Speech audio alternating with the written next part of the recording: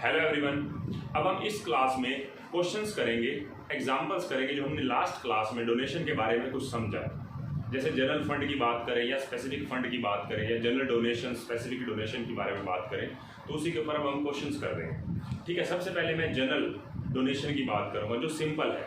अगर मैं उसकी बात करूँ, एक छोटा सा एग्जाम्पल पहले मैं उसका कर देता हूँ ताकि बात क्लियर हो जाए। वो तो देखो, रिसीप्ट एंड पेमेंट अकाउंट के डेबिट में आपको एक डोनेशन दिखा रखी है। रिसीप्ट एंड पेमेंट के डेबिट में मतलब रिसिप्ट आती है, सारी की सारी रिसिप्ट से आती है। मान लेते हैं 50,000 रुपये की डोनेशन है, कहीं पे भी इसके साथ ऐसा नहीं लिखा हुआ कि ये डोनेशन जो है स्पेसिफिक पर्पस के लिए है, कहीं से पता नहीं लग रहा। इट मीन्स नॉर्मल है हमारे लिए और जनरल डोनेशन है, इसको इनकम एंड एक्सपेंडिचर की क्रेडिट में लिख देंगे। बस यही हमारा सॉल्यूशन है इसका। इनकम एंड एक्सपेंडिचर के क्रेडिट में बाय डोनेशन 50,000 रुपीज। बस ये एग्जाम्पल हमारा हो गया। अब हम नेक्स्ट एग्जाम्पल्स करते हैं। इसके बाद देखो, receipt and payment account for the year ending 2019-20। ठीक है, हमें डोनेशन मिला, हमें एक तो मिला to donation for sports fund. हमें स्पोर्ट्स फंड के लिए डोनेशन मिला। मुझे एक बात बताओ, आपको डोनेशन मिला स्पोर्ट्स फंड के लिए, स्पेसिफिक फंड है और कौन से वाला? रेवेन्यू एक्सपेंडिचर वाला, कैपिटल वाला नहीं है ये। तो हमें डोनेशन मिला, मान लेते हैं हमें मिला 50,000 रुपये का। ठीक है, इसके अलावा हमें रिसिप्ट एंड पेमेंट के डेबिट में to interest on sports fund investment. हालांकि अभी मुझे बताने की जरूरत नहीं है मैं क्या लिख रहा हूँ, अभी आप एग्जांपल नोट करें। पहले कह रहा हूँ साथ के साथ नोट करना है। Interest on sports fund investment ये ले लेते हैं 10,000 बाय स्पोर्ट्स।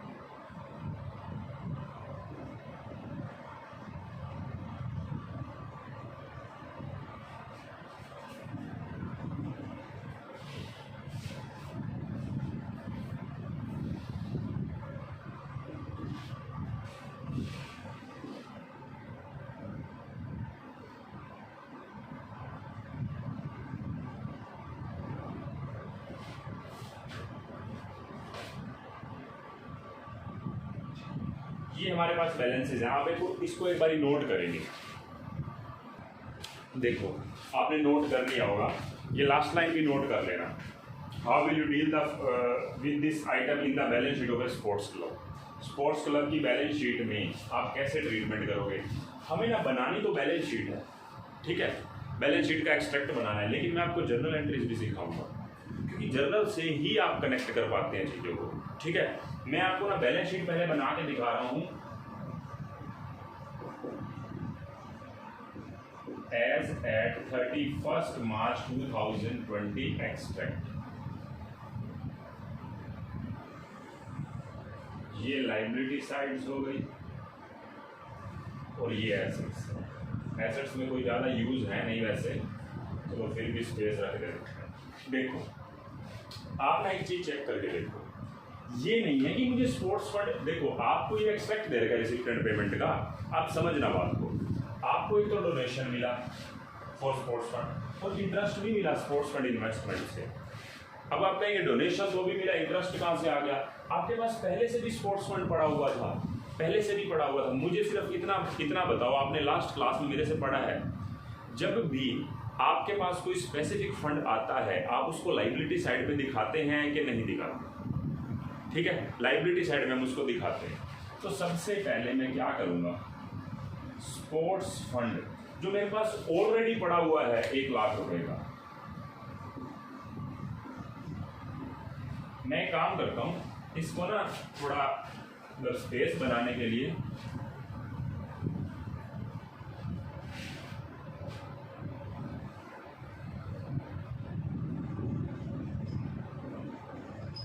ये स्पोर्ट्स प्राइज का था और ये स्पोर्ट्स इवेंट का था, मैं याद रखूँगा। ठीक है, थोड़ा स्पेस बन जाएगा।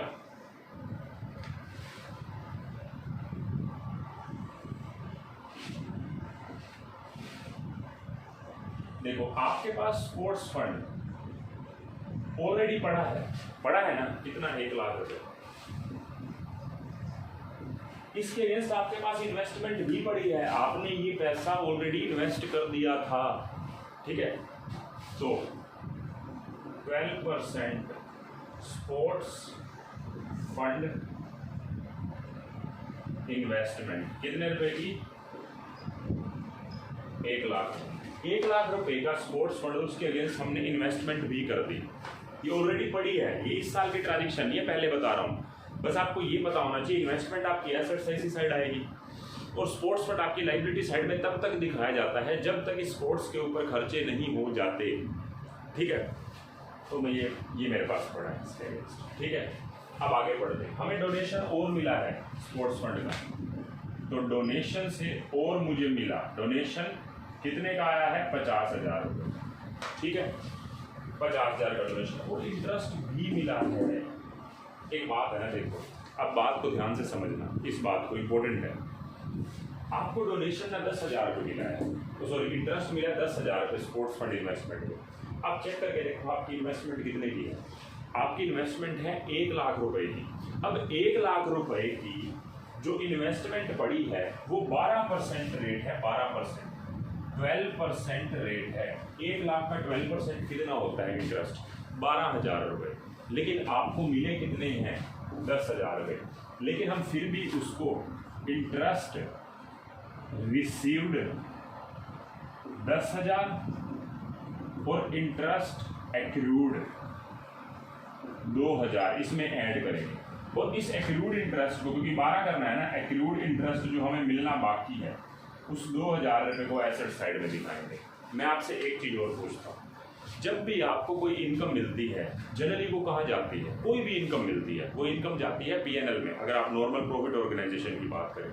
लेकिन आप एनपीओ पढ़ रहे हैं, एनपीओ में मैंने आपको पहले से ही बात बताई थी, जब आपको कोई फंड मिला था तो आपने उसको इन्वेस्ट क्यों किया था? क्योंकि अभी आपका खर्चा करने का दिल नहीं था, आपने अभी खर्चा नहीं करना, 6 महीने बाद करना है, 7 महीने बाद, ताकि इससे क्या होगा, इन्वेस्ट करने से आपका फंड का पैसा थोड़ा और बढ़ जाएगा, ब्याज से, इंटरेस्ट से आपके फंड में पैसा जो पड़ा है वो बढ़ जाएगा ना।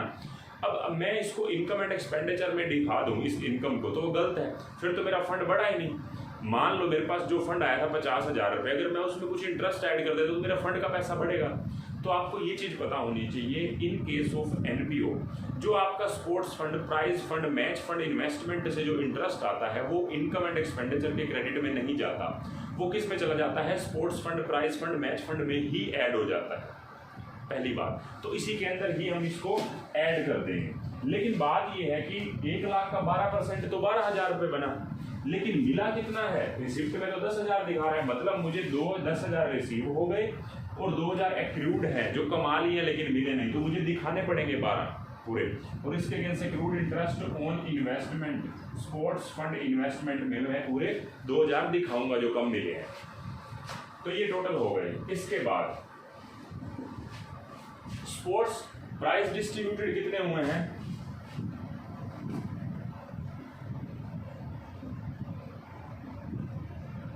इससे फंड कम हो जाएगा।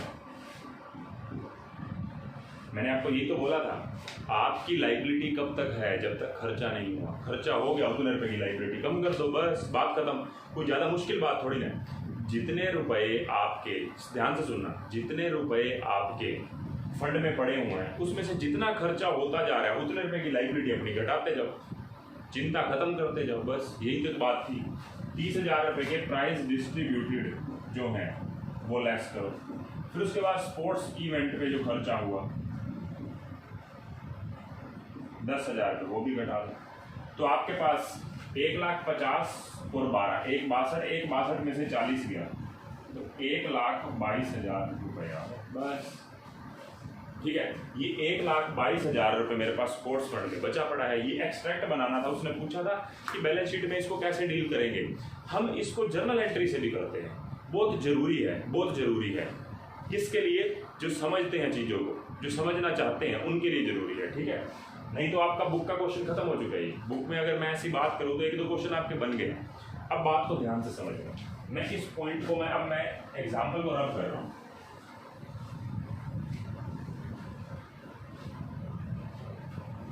मैं आपसे ना कुछ बेसिक बात पूछ रहा हूँ, क्या बैलेंसेस की भी कोई एंट्री होती है? बैलेंस तो बैलेंस ही है, उसकी कोई एंट्री थोड़ी ना होती है। हाँ, ओपनिंग एंट्रीज होती हैं, वो एक अलग बात है, लेकिन वैसे कोई जर्नल एंट्री ट्रांजेक्शन तो नहीं हो रही ना। बैलेंस कोई ट्रांजेक्शन तो है नहीं। मैं आपसे एक चीज पूछता हूँ, जो ये स्पोर्ट्स फंड आपके पास पड़ा था, स्पोर्ट्स फंड और स्पोर्ट्स फंड इन्वेस्टमेंट, ये तो ओपनिंग पड़ेगा, ये ओपनिंग और ये पहले से पड़ा था, इसकी कोई एंट्री नहीं होगी। ठीक है, स्टार्ट हो जाओ डोनेशन से। पहली डोनेशन की एंट्री करेंगे तो बैंक अकाउंट डेबिट। मैं इस चैप्टर के लिए receipt and payment word use कर रहा हूं। Receipt and payment, receipt and payment account debit to donation for sports fund. कितने रुपए का मिला था? 50,000 रुपए का, पहली एंट्री हो गई। अब ये जो डोनेशन है, मैं नरेशन नहीं कर रहा, आप लिख लो बीइंग डोनेशन रिसीव्ड। उसके बाद नेक्स्ट एंट्री, ये जो डोनेशन मिला था, आपने रिसिप्ट एंड पेमेंट के डेबिट में तो लिखा हुआ देखा था, donation receipt and payment account debit to donation, उसके डेबिट में तो था, तो वो एंट्री कर दी मैंने। इस डोनेशन को कहाँ ट्रांसफर कर दूंगा? Donation for sports fund account debit to sports fund. जो मुझे डोनेशन का पैसा मिला था, मैंने उसको इनकम एंड एक्सपेंडिचर के क्रेडिट में थोड़ी ना डाला। अच्छा, मुझे एक बात बताओ, नॉर्मल डोनेशन होती, ये ना लिखा होता डोनेशन फॉर स्पोर्ट्स फंड, क्या करते हैं? इनकम एंड एक्सपेंडिचर के क्रेडिट में लिख देते। आपने पिछला एग्जांपल किया नहीं है मेरे से। मैं यहाँ पे अगर डोनेशन फॉर स्पोर्ट्स फंड हटा देता हूँ, ये एंट्री हो जाएगी donation account debit to income and expenditure, ये हो जाएगी। ठीक है, जो आपने पिछले केस में करी थी, वहाँ भी मैंने वो बना के दिखा दिया था इनकम एंड एक्सपेंडिचर, एंट्री नहीं करी थी। आप एंट्री क्या कर सकते हो? Receipt and payment to donation, donation debit to income and expenditure. यहाँ पे ऐसा नहीं होगा, वो तब होता जब जनरल फंड होता है। ये स्पेसिफिक फंड है। अब स्पेसिफिक फंड है तो स्पेसिफिक ट्रीटमेंट क्या होगा? इसको स्पोर्ट्स फंड में डाल दो। ठीक है, स्पोर्ट्स फंड में मैंने इसको डाल दिया। अब आगे, उसके बाद थर्ड एंट्री क्या है? Receipt and payment account debit. 10,000 रुपये मुझे मिल रहे हैं to interest on sports fund investment के, जबकि वो इनकम थी 12,000, 1 लाख का 12%। मतलब मुझे 12,000 रुपये मिलने थे, मिले उसमें से कितने हैं? 10। तो मैं क्या दिखा दूंगा? Accrued interest on investment 2,000।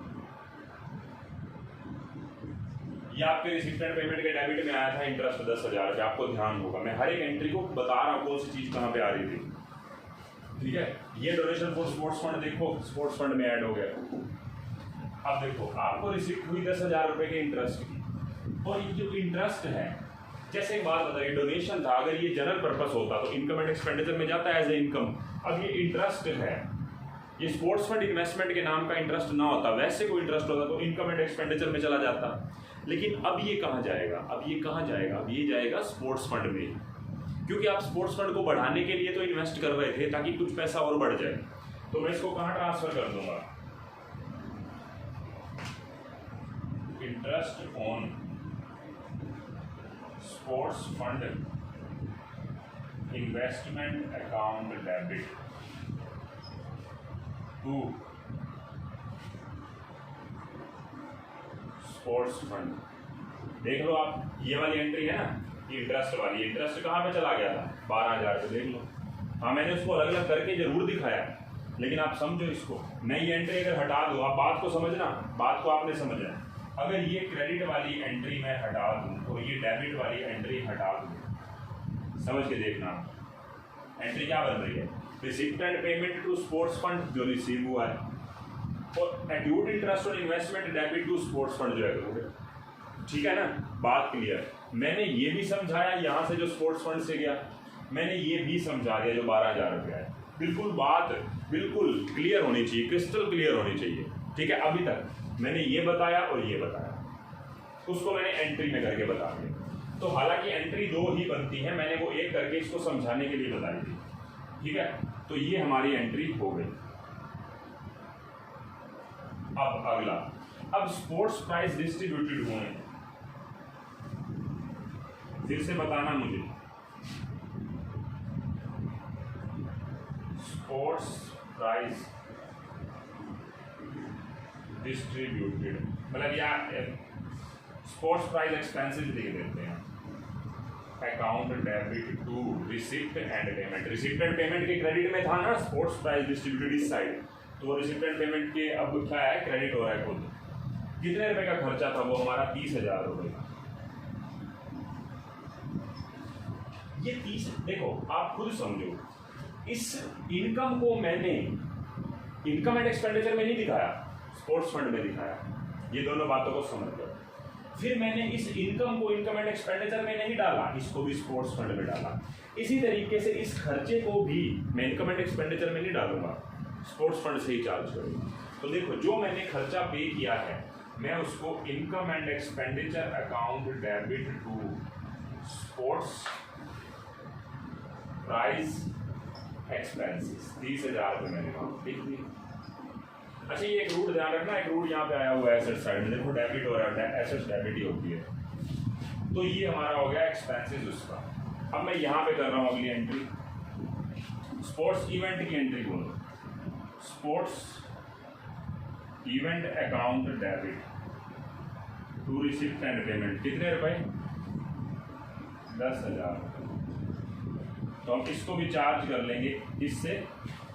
Sorry, मैंने यहाँ पे गलत वर्ड लिख दिया ना, इनकम एंड एक्सपेंडिचर, वो मैंने बताते बताते वही गलती से लिख दिया। मैं यहाँ पे लिखूंगा स्पोर्ट्स फंड, मुझे स्पोर्ट्स फंड से ही चार्ज करना। Sports event account debit to receipt and payment, और इसको कहाँ से चार्ज करूँगा, sports fund account debit to sports event. बस ठीक है।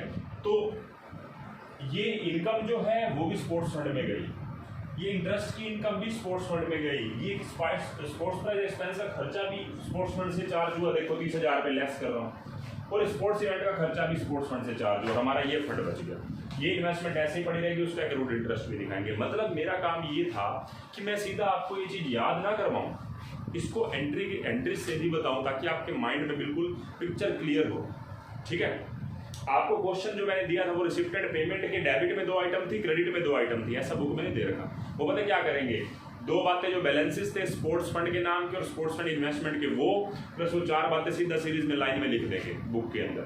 वो आपको समझना है कि कौन सी ट्रांजेक्शन है, कौन से बैलेंसेज है। जो ऐसे बोल रखा है एज ओन स्पोर्ट्स फंड और स्पोर्ट्स प्राइज फंड इन्वेस्टमेंट, जो भी है स्पोर्ट्स फंड इन्वेस्टमेंट, वो तो आपके लिए बैलेंसेज है। वो बैलेंसेज तो सीधा यहाँ पे लिख दो, इसका कुछ नहीं करेंगे। उसके बाद एंट्रीज कर दो। एंट्रीज नहीं करनी है एक्चुअल में हमें इसको यहाँ से इतना सा काम था आपका, बस। ये तो मैंने आपको समझाने के लिए बोला। मैंने आपसे एक क्वेश्चन पूछता हूँ, इंपॉर्टेंट क्वेश्चन। मान लो आपका ना जो खर्चा था ना, वो खर्चा हो गया था 1,50,000 रुपये खर्चा हो गया था इवेंट पे। 1,50,000 रुपये इवेंट पे खर्चा हो गया था। अब आप सोचना, आराम से सोचना, हालांकि मैं एक एग्जांपल और दे दूंगा, कोई दिक्कत नहीं है। मैं आपसे पूछता हूँ, ये 10,000 का खर्चा नहीं हुआ था, ये कितना हो गया था, 1,50,000 रुपये, 1,40,000 और ज़्यादा हो गया। इसका इफेक्ट क्या पड़ेगा, मैं आपसे पूछता हूँ। मैं सिचुएशन को चेंज कर रहा हूँ यहीं पे, ठीक है, सिचुएशन को यहीं पे चेंज कर रहा हूँ। देखो, मैं आपको ये कहता हूँ, ये ठीक है, ये ठीक है, ये ठीक है, ये ठीक है। ये खर्चा 1.5 लाख हो गया। अब ये 1.5 लाख यहाँ पे माइनस चला जाएगा, ये तो आप चेक करके देखो। 1,50 और 12 1,62, 1,62 में से 30 गया 1,32, 1,32 ही तो यहाँ से चार्ज हो सकती है मैक्सिमम। जितना फंड पड़ा है उससे ज़्यादा उस पर कैसे माइनस कर सकते हो? मतलब ये फंड तो हो गया नील, बल्कि 18,000 रुपये और रह गए। अब मैं यहाँ से क्या कितना चार्ज करूँगा? मेरा खर्चा कितना हुआ है? मैंने ना पिछला वो नोट कर लेना आप पहले, ऐसा ना हो मैं सिचुएशन चेंज कर रहा हूँ सिर्फ समझाने के लिए। इसको बेशक नोट मत करो, इसको सिर्फ समझ लो। पिछला आपने बस नोट कर लिया ना, इसका मैं एक एग्जांपल और कर दूंगा अभी। आपके 1.5 लाख का खर्चा हुआ, लेकिन यहाँ से तो 1,32 ही चार्ज हो सकता है फंड में से, लेकिन पे कितने हुए हैं? 1.5 लाख। तो स्पोर्ट्स फंड आपका जो है, स्पोर्ट्स इवेंट के जो एक्सपेंसेस हैं वो 1,50 के हुए, जिसमें से स्पोर्ट्स फंड से 1,32,000 रुपये चार्ज हो सकते हैं 1.5 लाख रुपए में से। बाकी बचे वो कहाँ जाएंगे? इनकम एंड एक्सपेंडिचर अकाउंट में 18,000 रुपये इनकम एंड एक्सपेंडिचर में चले जाएंगे। देखो ना, आपके पास कोई फंड नहीं पड़ा हो, अगर फंड नहीं पड़ा फिर तो अगर आपके पास फंड नहीं पड़ा फिर तो इनकम एंड एक्सपेंडिचर में जा ही सकते हो। आप इनकम एंड एक्सपेंडिचर में क्यों नहीं जा रहे थे इन खर्चों के लिए, इनकम के लिए? क्योंकि आपके पास स्पोर्ट्स फंड पड़ा हुआ था। आपकी इनकम आ रही थी, इंटरेस्ट इनकम आ रही थी, वो भी कहाँ डाल रहे थे? स्पोर्ट्स फंड में डाल रहे थे।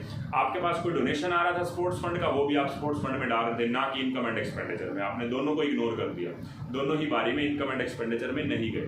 सेम बात खर्चे के लिए, आपने स्पोर्ट्स प्राइज बांटे, वो भी आपने इनकम एंड एक्सपेंडिचर से चार्ज नहीं किए। आपने स्पोर्ट्स इवेंट के खर्चे भी इनकम एंड एक्सपेंडिचर से चार्ज नहीं किए। लेकिन हुआ क्या, यहाँ पे तो इतना नेगेटिव चला गया कि 1.5 लाख का खर्चा था, ये सारा कुछ यहाँ तक लेस करने के बाद 1,32 बच रहा है, जबकि 1.5 लाख का खर्चा है। कहाँ ले जाऊँ? 1,32 यहाँ से चार्ज कर दूंगा, 18,000 रुपये इनकम एंड एक्सपेंडिचर से चार्ज हो जाएंगे। Sports event debit to receipted payment, ये पेमेंट हो गई, इससे स्पोर्ट्स फंड से चार्ज हो सकते हैं 1,32 और बचा हुआ इनकम एंड एक्सपेंडिचर में चला जाएगा। बस सिंपल सा पॉइंट था, ठीक है। देखो बच्चों, हमें छोटे छोटे एग्जांपल्स कर रहे हैं, ठीक है, इसी रिवेन्यू एक्सपेंडिचर वाले पे।